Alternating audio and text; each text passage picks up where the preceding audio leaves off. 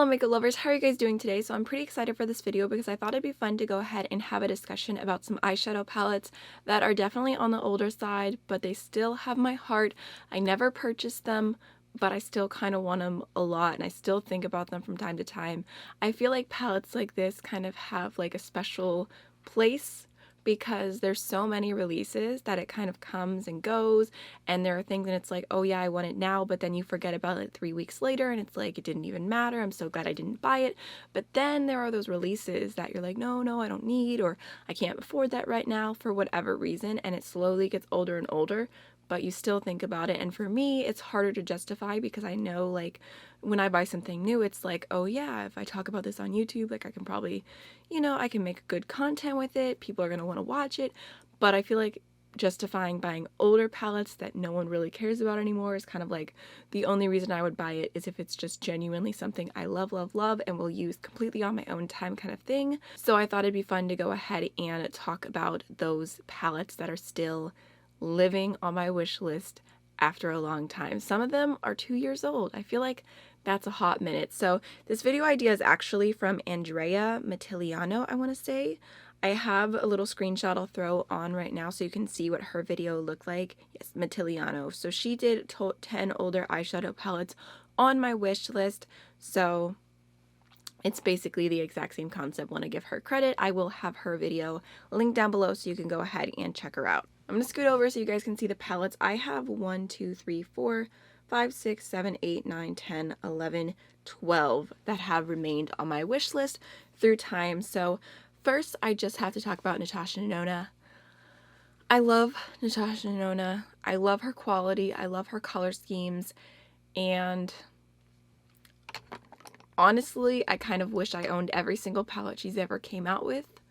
But that's not reality, so I'm not going to do every palette from her I don't own, but I did want to mention the 3 that speak to me the absolute most. So the first is the Lila Palette. It's such a gorgeous palette.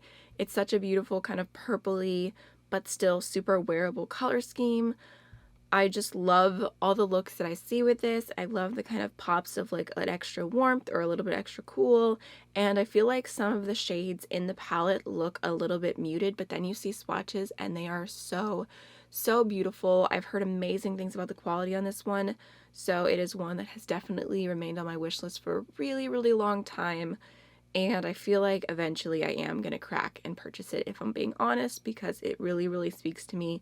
And I just love using my Natasha and Nonna palettes on a daily. They are such good quality. It's hard for me to want to reach for anything else.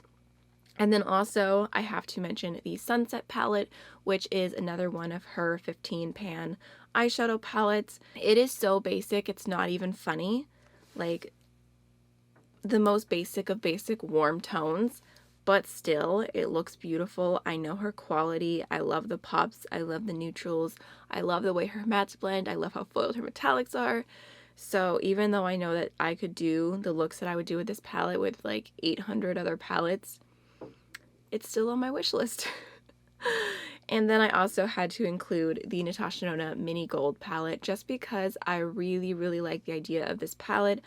I like the colors that are included here. I like that it's just a small color scheme. There's 2 pops of green. There's an intense gold.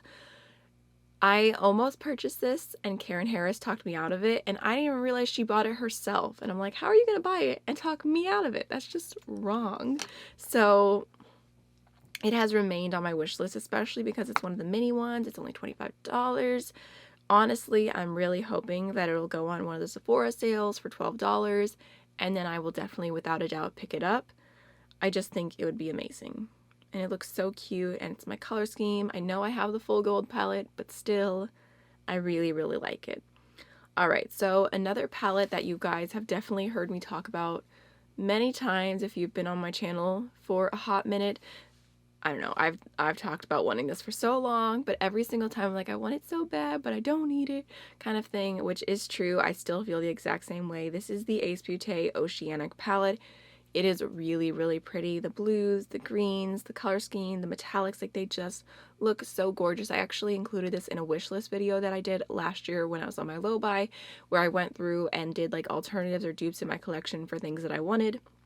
And I mean, the reasoning is still the same. I still have plenty of other palettes I could do the same kind of looks with this without buying this kind of thing, but I just think aesthetically it is such a pretty palette. I still think about it, and every time I get an email from Ace Beauty and they're like, hey, 25% off, 40% off, I'm like, oh, don't do it, Amy, don't do it. And I really don't think I'm going to, but I like it a lot. Alright, so next is from Nomad Cosmetics, and this is their Harajuku palette that they came out with last year, and these are some really beautiful pastels. This color scheme spoke to me just because it's pastel matte shades, but then the entire bottom row is like these super sparkly iridescent kind of transformer shades. I just thought it seemed really, really beautiful. There's like little, it looks like little cats imprinted on the eyeshadows. So I've had good experiences with the previous palette that I bought, but it was kind of one of those palettes, like I thought like, oh yeah, maybe I'll buy that, but I'm like, maybe I'll get it next month, and then the next month I'm like, maybe I'll get it next month, and it just never was a priority compared to the other releases that were coming out. There were things that I wanted more, that I wanted to spend my money on more, but still I do think it's super, super beautiful, and it's just like this tiny little like pain in my heart that I never purchased it. And I mean, it is still available. I could go crazy if I wanted to, but I don't have to own everything that's beautiful, so gonna continue to love it from a distance. So this palette, you guys might be a little surprised, is on my list, but this is the Monroe Cosmetics Gemini palette, and I do own this. I own it, but it's on the wish list because mine grew a mold and it was really gross. I still have it, like for comparison's sake, but I would never put it on my eyes again just because, I mean, obviously I don't want to put something that was infected with mold on my eyes. That's gross. So it just makes me sad, and I liked the palette. I liked the color scheme so much that I kind of wish I still owned it in a way where I could still use it. So it is definitely on my wish list. Again, it's one of those palettes whenever I get an email from Melt and they're like, our entire website's 40% off, I'm like, oh, the Gemini palette. Especially because it's pretty easy to get your hands on now. For a long time it was sold out everywhere all the time, but I know I don't need it. I have alternatives. I have other warm palettes. I have other green palettes. It's not a necessity. And I don't even love Melt's formula that much. Like, I do really, really like it, but I don't love it. Like, it's not my top, like, it's probably not my top 5 formulas. So I need to get over it. But they also have the Smoke Sessions palette, which again, I talked myself out of. I did a whole no drama dupes on this. Duping out all the shades. I had some really, really close, amazing dupes. I feel like it's probably one of the best duping jobs that I've done without owning the palette and just looking at pictures. But still, the crazy, crazy makeup goblin in me wants this palette because it's so beautiful. I love the 2 matte options. I love all the gold, greeny, and then into mint shimmer options. Like, I think it is just so, so, so beautiful. But I don't need it, so I'm gonna continue to not think about it too much, but it's still continuously on my wish list. So the next palette that I have to mention is the Colourpop Good Sport palette. This is one that is no longer available, thank goodness, so I can't get it, but I really, really, I don't know, I feel like I should have just done it. Like, this is probably the palette that I've heard the best things about from Colourpop, and it has such a pretty color scheme. It has like these mixtures of like purple and green and neutral, and again, I just heard so many people rave about this, but every time I would hear it, I would think like, I don't need it, like it's unnecessary. I have so many other palettes. Colourpop palettes never end up being my favorite, but this color scheme, this palette does haunt me a little bit still to this day. And it was only $16. And then there's also one more palette from Colourpop, and this is the Through My Eyes palette from I Love Sarai. And again, I just think it's a really pretty color scheme. I feel like there's a fun mixture of neutrals, pinky, purpley shades. There's some like emeraldy tones, and I feel like the looks that I see with this continue to impress me. Every time someone talks about it, it's normally positive. I really like Karen. So, I don't know, I feel like the shimmers in here look really pretty as well. But again, it's just like, I don't need it, I don't need it, I don't need it. But it's really, really pretty. Alright, I also, actually from Colourpop, I did want to mention 2 palettes that would have been on this video. but I actually did purchase them because I got the Lilac You a Lot and the It's My Pleasure palette. The It's My Pleasure I've wanted for a really long time, especially because of the shade Earthshine, I want to say. I feel like I've heard Paulina talk about that so many times from Paulina's Beauty. So it's both of them are purple palettes. And I honestly only purchased them because I'm doing a purple palette battle. These were on sale for $9 each.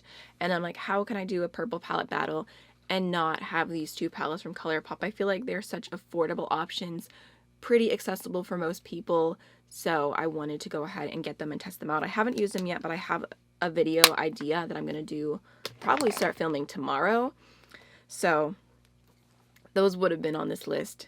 And they would have stayed there if it wasn't for YouTube, but I just thought, like, I wanted to have a well-rounded video, and it's not like I'm going to go purchase every purple palette that exists, but I felt like $9 each, like, come on, like, it's worth it, including in the video. Alright, so the next palette that I have to mention, you'll probably be surprised by, but this is the Tati Beauty Textured Neutrals palette. I'm not going to buy it, okay? I'm not going to buy it, but I can't stop thinking about it. It looks so pretty. The thing is with this palette is if it did not have that row of glitters, I would have purchased it by now. I would have gone in for it. I would have bought it. I might have loved it, might have hated it. I don't know. I've heard mixed reviews, but I've also heard some people rave about it so much that it makes me want to give it a chance, but I just can't get over the row of pressed glitters. So it's like this back and forth constantly where it's like it's so beautiful and it's like these really nice shades and I like the layout, but can't do the pressed glitter. So this is like, it's on my wish list, but it's like probably the lowest down, but still it has like a special place because I keep thinking about it. But I know I'm not gonna pull the trigger and buy it just because, like, I can't justify spending the money on a full palette knowing that I'm not even gonna use a fourth of the shades ever, no matter what. I don't like pressed glitters. So but I do really like it, and the more what videos I watched on it, the more I was like, oh, I'm intrigued. I have my fingers crossed so much. I've got my fingers crossed, my toes crossed, my legs crossed, my arms crossed that her next palette will not have pressed glitters, and that it'll be a purple color scheme without pressed glitters. Please, please, please, please, please, Tati, please, no more pressed glitters. Please, I'm begging you. Okay, so the next palette that I have to mention here, this was kind of hard to decide. There's quite a few Huda Beauty palettes that are on my wish list now because she went cruelty-free, she no longer sells mink lashes, and so all the palettes in the past where I was kind of like, nah, about, because specifically the fact that she didn't sell mink lashes, there was also some drama, but I feel like that has kind of cooled down, and I'm not going to cancel. I feel like people are able to have growth, and I feel like I haven't seen the drama in a long time, which I appreciate, so I would definitely be willing to purchase from her again. I bought one of her neutral palettes, the little mini light one, and I really, really like it, but now it's like there's so many options, but they're all older palettes, so it's like, do I buy it? Do I not buy it? And this one specifically, the Obsessions Amethyst palette, is probably the top of my list. I feel like underneath Amethyst would probably be the Emeralds, but this one is so beautiful. I really, really love the matte options in here. I think the shimmers look stunning. Again, I feel like reviews on this are back and forth. Some people love it, some people hate it, but it's such a tiny, cute little purple palette. I do see this on sale often, which makes it even that much harder to not purchase. But I really, really love the color scheme of this one. A lot. Too much. I wish I didn't. Alright, the very last palette I have to mention is the Give Me Glow Cosmetics Vintage Rose palette. This one is so pretty. It's a mixture of pinks and greens. So stunning. I had this in my cart the moment it launched. I was about to check out and I was like, don't do it, Amy. Don't do it. You don't need it, kind of thing. And I talked myself out of purchasing it. And I've thought about it on and off since that moment. But I was on the Half Cousins podcast, I want to say last month, and they were talking about Give Me Glow Cosmetics, and Lacey from Spooky Lips and Half Fat Hips said this is her favorite Give Me Glow palette. I'm pretty sure she said it was like the best quality or something along those lines. Like, she was raving about it. She's like, go buy it, and I'm like, I want to buy it. It was actually in stock when she was talking about it, but I didn't purchase it then. I still haven't purchased it. obviously it's on this video, but it really is so beautiful. Like the color scheme, the foiled shades, the matte shades. I love pinks, I love greens, I love the way that they would be together. I feel like, I don't know, I feel like I would use every single shade in this palette. And I do overall like Give Me Glow's formula. I really like their metallics. Their mattes are not my favorite, not at the very top of the list. I feel like they take a little bit of work to blend out, but yeah, it's on the wish list for sure, and it's gonna stay there, hopefully, for a long time, because I don't need it, but I really like it. Alright, so that was everything for today's video. Short and sweet. I just figured I'd share with y'all. I would love to know if there's any older palettes that have remained on your wish list, because I think it's really interesting, those that stand the test of time and that the need and the want to own it don't go away, because like I said in the beginning, there's so many that does happen with. So I hope you enjoyed the video, and I will see y'all in the next one. Bye.